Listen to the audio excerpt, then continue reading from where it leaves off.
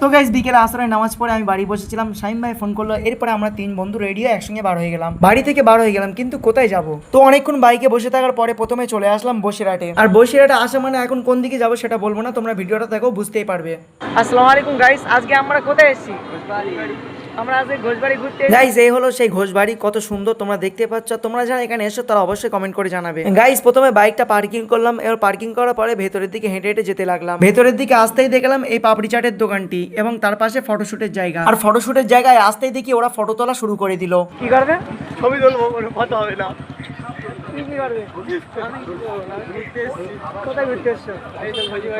Guys এখানে এসে আরেকটা জিনিস দেখে খুবই ভালো লাগলো। এখানে এসে দেখি নামাজ পড়ার জন্য দুটো ঘর করা আছে, একটা মেয়েদের এবং একটা ছেলেদের জন্য। গাইস এতক্ষণ ঘোরাঘুরি করার পরে তোমাদের ছোট ভাইয়ের অবস্থাটা দেখো।